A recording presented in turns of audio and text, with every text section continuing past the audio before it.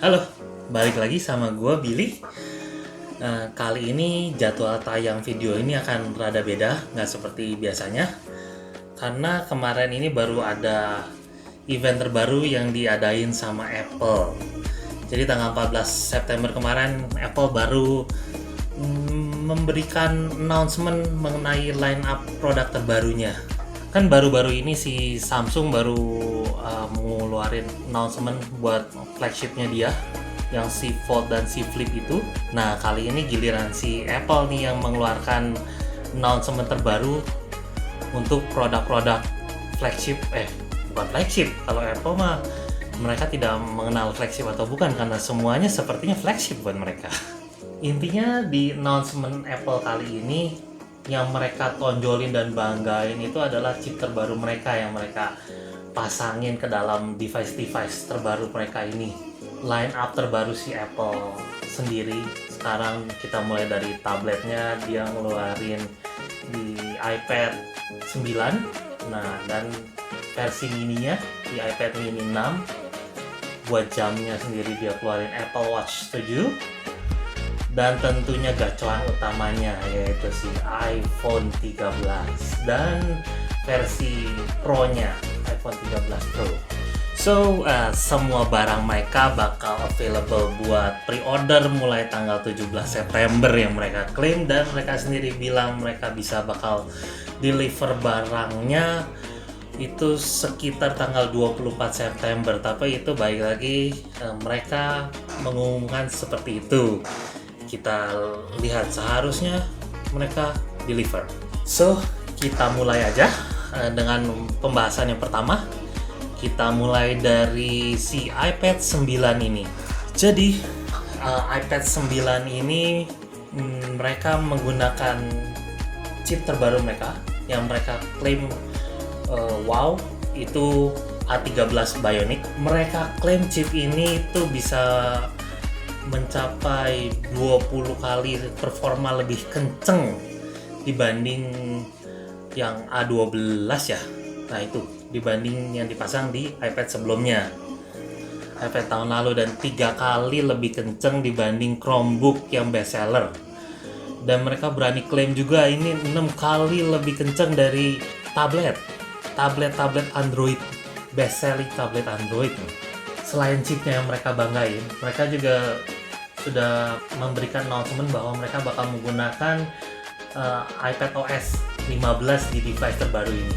Kebanggaan lain yang mereka tonjolin dari iPad ini adalah di bagian kameranya yang memampukan si kamera itu untuk menangkap gambar dengan lebih baik kamera belakang maupun depan. Mereka siapkan untuk bisa menangkap gerakan-gerakan manusia dengan lebih baik, termasuk jika ada 2 atau lebih manusia di dalam area kameranya akan otomatis menyesuaikan sendiri, jadi akan menghasilkan kualitas performa video yang lebih baik. Untuk iPad 9 ini mereka mulai dengan harga sekitar 4,7 jutaan, dan itu mereka berikan dengan storage yang lebih besar, double lebih besar di 64 GB. Oke, pembahasan berikutnya itu kita bahas tentang iPad mini 6. Mereka bilang ini si mini yang mendapatkan upgrade paling besar, paling banyak katanya. Jadi dia sendiri sekarang iPad mini menggunakan Liquid Retina display yang memungkinkan mereka untuk memberikan layar 8,3 inch, lebih besar dari iPad mini sebelumnya, tetapi dengan ukuran relatif tetap compact. Dan mereka juga memberikan color tone yang lebih baik lah dibanding yang sebelumnya, dan bisa mendeliver sampai dengan 500 nits keterangan brightness-nya. Dibanding generasi sebelumnya, iPad mini ini memberikan kemampuan CPU 40% lebih kencang dan 80% lebih loncat dibanding generasi sebelumnya. Dan yang sekarang ini mereka sudah mulai memberikan connectivity USB Type-C agar lebih memudahkan untuk masuk ke dalam ekosistem USB Type-C, yang mana sebagai fotografer itu bisa diaplikasikan connect langsung ke kamera untuk mengatur gambar atau copy gambar, dan untuk di bidang medis sendiri juga mungkin bisa digunakan, diaplikasikan, dicolok langsung untuk scanning apa tuh namanya, ya pokoknya penggunaan di dunia medis. Dan sudah dilengkapi dengan kemampuan 5G. Kamera depan dan belakangnya juga mendapat upgrade yang disiapkan untuk bisa memberikan improvement quality agar gambar dan video yang dihasilkan itu lebih movie quality. iPad mini ini dimulai dengan harga sekitar 7 jutaan untuk kurs dolar sekarang ini, dan itu sudah lengkap dengan connectivity Wi-Fi dan connectivity data seluler, jadi sudah ready to go.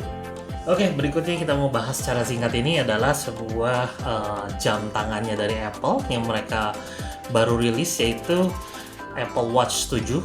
Apple Watch 7 ini sudah dilengkapi dengan watchOS 8 dan fitur baru yang bisa mendeteksi penggunanya saat menggunakan sepeda, terutama saat mereka mulai goes dan stop, dan lebih lagi saat jatuh bisa langsung mendeteksi. Dan saat jatuh sendiri, mungkin ini fitur adanya di luar negeri ya, mungkin di Amerika, yang mereka bisa kirim request buat kirim sinyal SOS, tapi tidak tahu apakah itu akan available di Indonesia atau enggak ya. Berikutnya, smartwatch ini juga, Apple Watch ini dilengkapi dengan layar yang sudah retina display juga, dengan ukuran layar 20% lebih luas, area layar lebih luas dibanding yang Watch 6 kemarin, dan dengan relatif ukuran yang sama, lebih efisien lah di bagian bingkainya gitu. Dan dalam soal baterai sendiri sebenarnya dia masih sama dibanding yang sebelumnya, watch sebelumnya, itu sekitar bisa mencakup 18 jam. Cuman kelebihannya ini dia sudah bisa ngecas dengan kemampuan charging lebih cepat 33%, dan sudah lengkap dengan USB Type-C untuk chargingnya. Selain dari itu, Apple Watch ini juga dilengkapi dengan sertifikasi IP6X, yang mana dia sudah tahan debu. Of course harus tahan dong, kan dipakainya juga di outdoor lebih banyaknya. Kalau nggak bisa tahan debu, susah juga dipakai olahraga. Nah, si Apple Watch ini sendiri, dia mulai dengan harga yang ditawarkan sekitar 5,7 jutaan ya dengan kurs sekarang. Dan kelebihannya lagi, ini mungkin Apple melihat opportunity dengan kondisi yang sekarang ini semua serba online dari rumah, jadi dia akan mulai memasuki pasar Indonesia dengan Fitness Plus-nya, Apple Fitness Plus, yaitu untuk olahraga, tayangan olahraga online yang bisa disajikan di device Apple dan langsung terkoneksi dengan Apple Watch ini. Jadi bisa memantau kualitas olahraganya langsung di Apple Watch-nya. Dan dengan pembelian Apple Watch ini dapat, selain pada saat pendaftaran baru itu kan ini sistem subscriber nih, pendaftaran barunya dia udah ngasih 1 bulan gratis. Dan kalau beli Apple Watch-nya, Apple Watch yang baru ini 8, dia dapat ekstra gratis 3 bulan lagi, 3 bulan subscriber. At least itu yang gue tangkap ya, ekstra 3 bulan dari pendaftaran.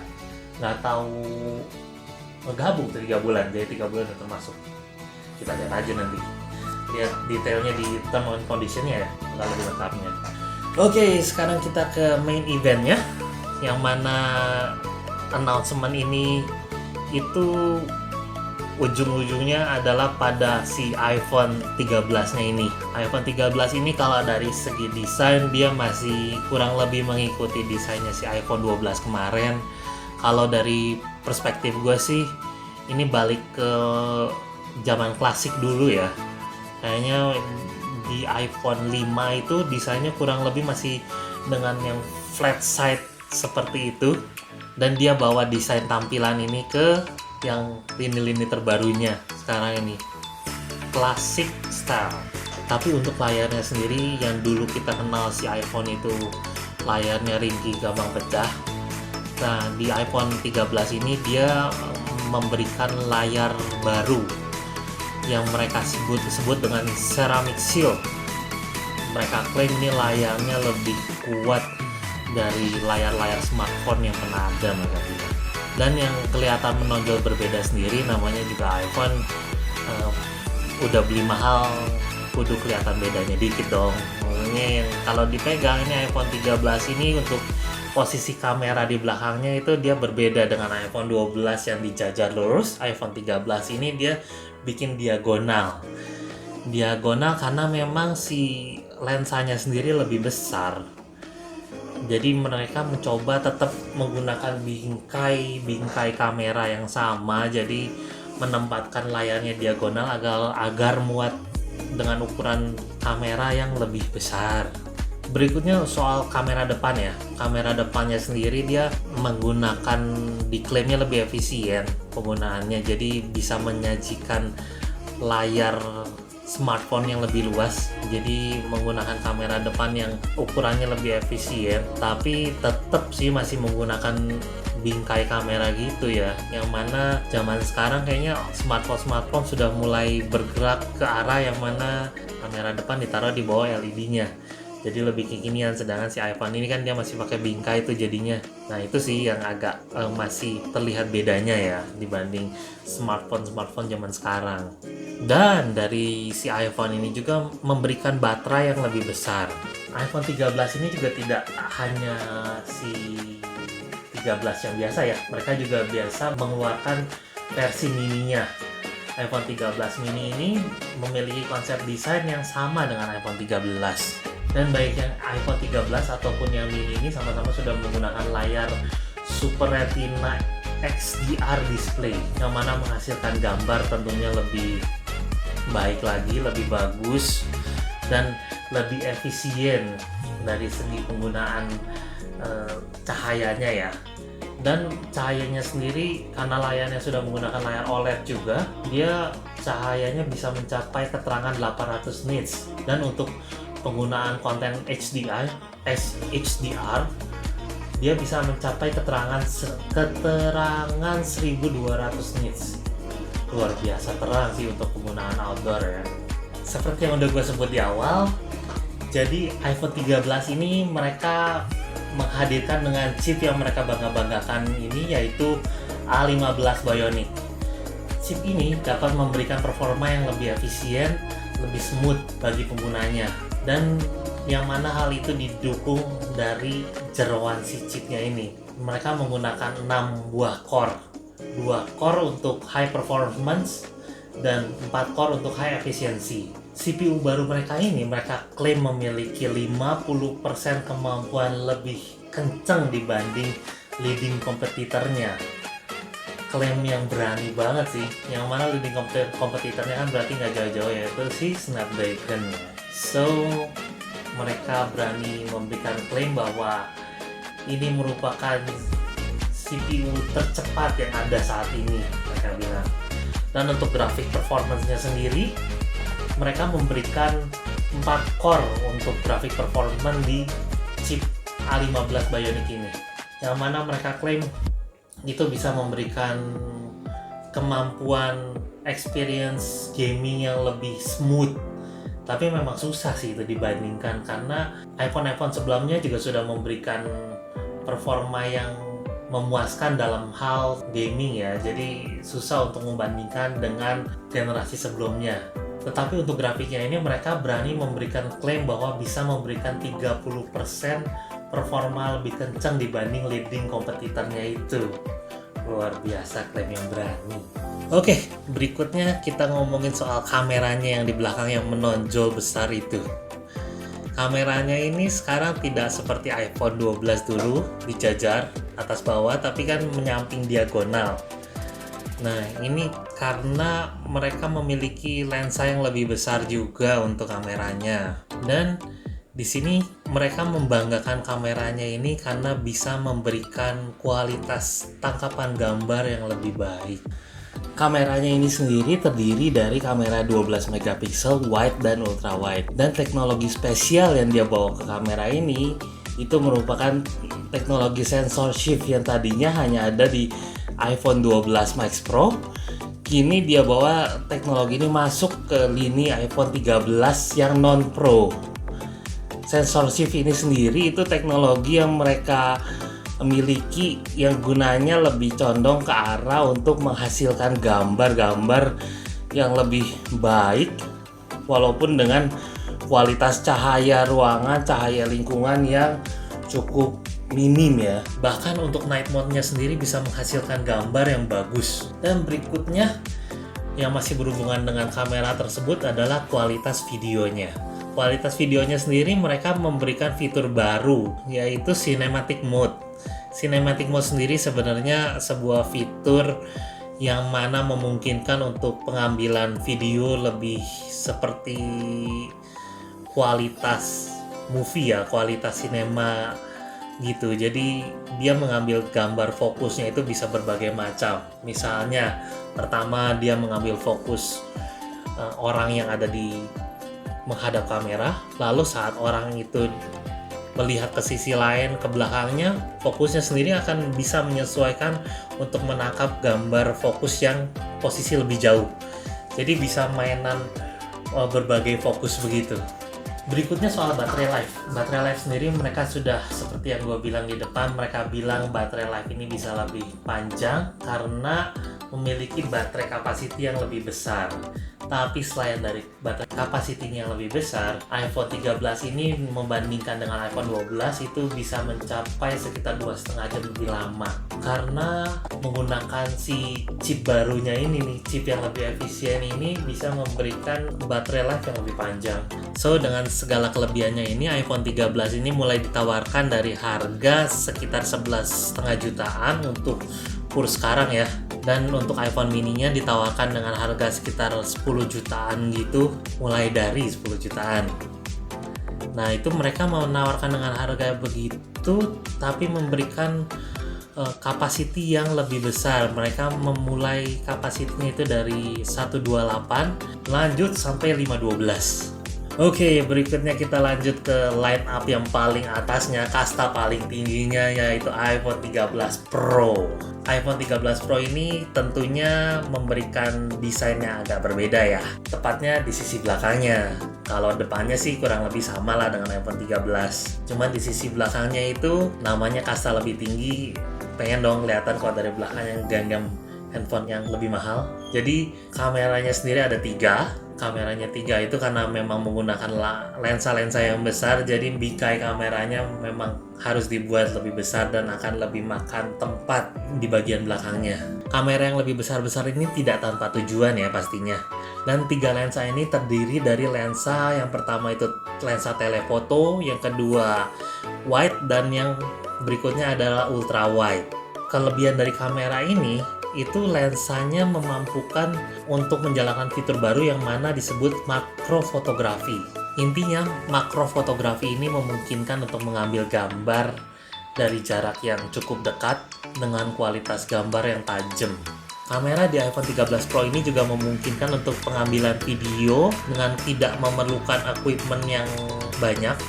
Bisa dibilang dengan minim equipment bisa menghasilkan video yang cukup stabil dengan cinematic quality. Untuk dukungan performa yang lebih baik, si iPhone 13 Pro ini diberikan extra core di dalam GPU-nya. Jadi total iPhone 13 ini memiliki 5 core untuk GPU-nya sendiri. Dan mereka berani klaim bahwa ini merupakan GPU terkencang yang ada saat ini dan memiliki kemampuan 50% lebih kencang dibanding leading kompetitornya. Luar biasa memang klaimnya. Apple sendiri memberikan fitur baru di layarnya untuk yang iPhone 13 Pro ini, yaitu disebut ProMotion. ProMotion ini fitur baru dari iPhone yang memungkinkan si layarnya beradaptasi. Refresh rate-nya itu bisa beradaptasi mengikuti aktivitas yang kita lakuin. Jadi dia kalau misalnya nggak terlalu memerlukan aktivitas yang memerlukan refresh rate yang tinggi, aktivitasnya dia bisa adaptasi ke yang rendah, 10 Hz misalnya. Dan kalau misalnya memang refresh rate-nya diperlukan tinggi, bisa adaptasi lagi variasi sampai 120 Hz. Dengan begitu kan bisa menghemat baterai juga ya, karena mengikuti aktivitas si penggunanya. Kalau nggak perlu kenceng ya mereka lambatin aja, kayak misalnya lagi baca, dipakai untuk baca teks ya makanya nggak perlu cepet-cepet tuh refresh rate-nya. Nah berikutnya iPhone 13 Pro ini mereka memberikan dua jenis ukuran layar ya, di 6,1 inch dan 6,7 inch untuk yang Max Pro-nya. Dan sama seperti iPhone 13 ya, yang Pro ini diklaim memiliki baterai life yang lebih panjang juga dibanding Pro di seri 12-nya ya. Dan mereka klaim bisa mencapai 2,5 jam lebih lama juga, dan itu menjadikan baterai yang bisa tahan paling lama dalam sejarah iPhone ini menurut klaim si Apple-nya. Untuk line up yang Pro ini, mereka memberikan harga mulai dari 14 juta plus. Dan untuk yang Max Pro-nya itu di angka 15 juta plus. iPhone line up Pro ini juga memberikan storage yang lebih besar ya. Batas atasnya mereka kasih opsi sampai 1 terabyte. Ya bisa dimengerti juga sih kenapa mereka menawarkan opsi storage yang lebih besar seperti ini, karena memang dengan kualitas video yang mereka klaim bisa lebih cinematic style dan gambar-gambar yang penangkapannya luar biasa, itu akan memakan ruang storage yang lebih besar. So, sekian aja rangkuman dari announcement Apple yang mereka adain pada tanggal 14 September kemarin ini. Semoga ini berguna. Kalau suka dengan video ini bisa kasih like, kalau nggak suka bisa dislike. Kalau punya saran dan komentar bisa tulis di kolom komentar bawah. Sampai ketemu di video berikutnya. Bye-bye. Ciao.